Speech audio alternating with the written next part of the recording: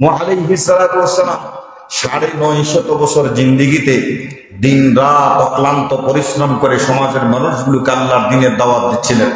যারা অগ্নি পূজা করত, মূর্তি পূজা করত, দিন মানত না, আল্লাহকে মানত না, শিরিক বেদাতে ডুবন্ত অবস্থায় ছিল, তাদেরকে যখন আল্লাহর পথে নিয়ে আসতে চেয়েছেন তখন এই সমাজ নেতারাই পিছন দিক থেকে তাকে টেনে ধরেছে, পিছন দিক থেকে টেনে ধরেছে।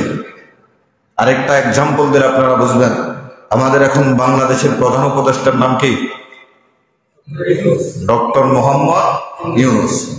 উনি ক্ষমতায় আসার পরে উনি বলতেছেন যে আমরা সংস্কার করে, সংস্কার করার পর ইলেকশন দিয়ে দিব, কারণ আমার কাজ নয় দেশ চালানো, আমি এটাকে সংস্কার করার পর আমি ইলেকশন দিয়ে দেব।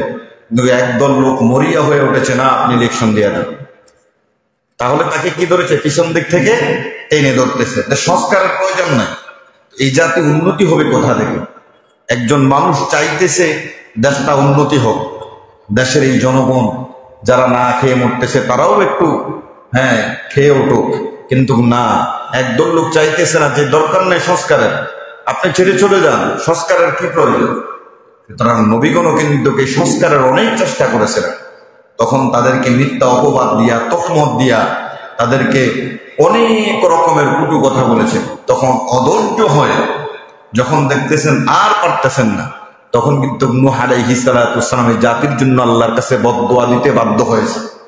নবীগণ এই জমিনে কি উম্মতের জন্য বদদুয়া দেওয়ার জন্য এসেছেন? না, বদদুয়া দেওয়ার জন্য আসেন নাই। মা বাপ যেমন সন্তানের জন্য রহমত দয়ার সাগর, নবীগণও কিন্তু তার উম্মতের জন্য রহমত এবং দয়ার সাগর। নবীগণ এসেছেন তার উম্মতদেরকে সঠিক পথ দেখানোর জন্য, জান্নাতের পথ দেখানোর জন্য, যে এই পথে চলো, এই পথে চললেই জান্নাত। তারা যখন আসলেন দেখলেন শিরিক বেদাত কুফর দিয়া সমাজটা একবারে ভরে গেছে। আর এই মানুষগুলোকে যখন সঠিক পথে আনতে চেয়েছেন আর এই মানুষগুলো তার বিরুদ্ধাচরণ করতেছেন, তখন তিনি অধৈর্য হয়ে আল্লাহর কাছে বলছিলেন, রব্বি লা তাযার আলাল আরদি মিনাল কাফিরিনা দাইয়ারা। রব্বুল আলামিন, ভূপৃষ্ঠে যতগুলো কাফেরের ঘর বাড়ি রয়েছে একটা ঘর আপনি দুনিয়ায় রাখবেন না, জমিনের উপর রাখবেন না।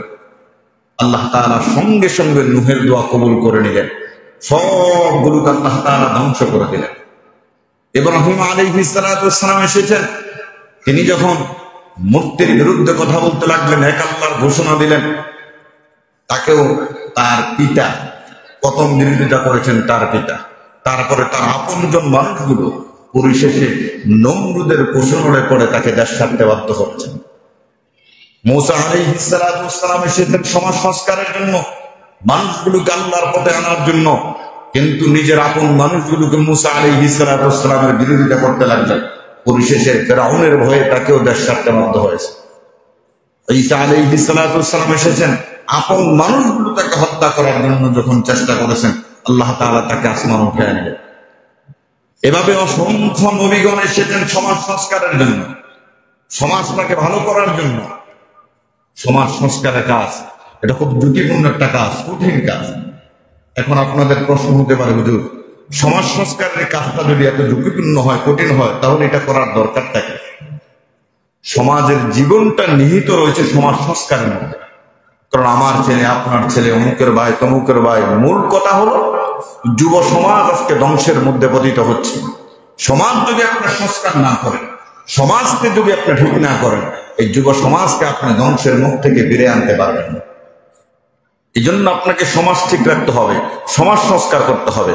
একজন মানুষ তিনি যখন মানুষগুলোকে, সমাজটাকে ঠিক করতে চাইবে, বাকি যারা সমাজ নিয়ন্ত্রণ করেন তারাও ওনার পক্ষে থাকতে হবে। ওই যে মুরব্বীরা বলে না, 10-এর লাঠি 1-এর বোঝা। একজন যদি চেষ্টা করে, বাকি আপনারা যারা সমাজ পরিচালনা করেন তারাও ওনার সাথে থেকে চেষ্টা করে যেতে হবে। কারণ উনি ভালো করতে চাইবে, আমরা এত বছর পারলাম না, উনি হুট করে এসে সমাজ একবার ভালো করে ফেলবেন, এত সুখা বলে না মানুষ, কথা বলেন, বলে না? আমরা এত বছর সমাজ নিয়ন্ত্রণ করতেছি, সমাজে বাস করতেছি, এই সমাজে আছি, আমরা পারি নাই, উনি হুট করে এসে সমাজ নিয়ন্ত্রণ করবেন? আরে ভাই, উনি চেষ্টা করতেছে, আপনারা ওনাকে সাপোর্ট করেন। কারণ আল্লাহ নবী সাল্লাল্লাহু আলাইহি সাল্লাম সমাজ সংস্কারের কাজ কিন্তু একা করেন নাই। নবী সাল্লাল্লাহু আলাইহি সাল্লামের সঙ্গী ছিলেন খাদিজা রাদিয়াল্লাহু তাআলা আনহু, আবু বকর, উমর, ওসমান, আলী রাদিয়াল্লাহু তাআলা আনহু। কারণ নবীগণের কোনো গুনাহ নাই। নবীগণের গুনাহ আছে? নবীগণের কোনো গুনাহ নাই, কিন্তু মানুষের গুনাহ আছে না নাই? আমাদের গুনাহ আছে না নাই? যিনি সমাজটাকে সংস্কার করতে চাইবেন তারও কিছু ভুল থাকতে পারে। আপনারা কয়েকজন যদি ওনার পিছনে থাকেন ওনার ভুলটা ধরায় দিতে পারবেন, কিন্তু আমার আপনার নবীর কোনো ভুল আছে? কোনো ভুল আছে? ভুল হওয়ার কোনো সম্ভাবনা আছে? লা রাইবা ফি, কোনো ভুল নেই, নবীর কোনো ভুল নেই। সুতরাং আল্লাহর নবী সাল্লাল্লাহু আলাইহি সাল্লাম এই জমিনে এসেছেন, তিনার পরে আর কোন নবী আসবে? তিনার পরে কোন নবী আসবে? এখন এই সমাজ সংস্কারের কাজ করবে কারা?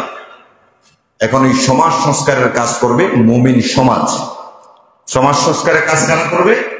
মুমিন সমাজ। এটা শুধু নিজ আয়াত্তহীন সমাজ নয়, আল্লাহ তাআলা আমাদেরকে উত্তম জাতি হিসেবে দুনিয়াতে পাঠিয়েছে গোটা বিশ্বের সমাজটাকে সংস্কার করার জন্য। গোটা বিশ্বের সমাজটাকে সংস্কার করার জন্য আল্লাহ তাআলা আমাদেরকে দুনিয়াতে পাঠিয়েছেন। সেটা আল্লাহ রাব্বুল আলামিন কোরআন কারীম বলেন, বিসমিল্লাহির রহমানির রহিম, কুনতুম খায়রা উম্মাতিন উখরিজাত লিন-নাসি তা'মুরুনা বিল মা'রুফি ওয়া তানহাউনা 'আনিল মুনকার। রব্বুল আলামিন বলেন, ও দুনিয়ার মানুষ, আমি আল্লাহ তোমাদেরকে উত্তম জাতি হিসেবে দুনিয়াতে পাঠিয়েছি, তোমাদের উদ্ভব ঘটিয়েছি মানব জাতির কল্যাণের জন্য। তোমরা মানুষকে সৎ কাজের আদেশ দিবে, অসৎ কাজের জন্য নিষেধ করবে। কিন্তু একদল লোক সার্বিকভাবে এটা পারবে না, আবার পারার চেষ্টাও করে না।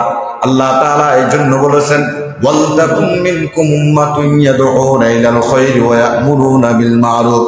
আমি তোমাদের মধ্যে এমন একটা দল চাই যারা মানুষগুলোকে কল্যাণের দিকে আহ্বান করবে, মানুষকে অসৎ কাজ থেকে নিষেধ করবে।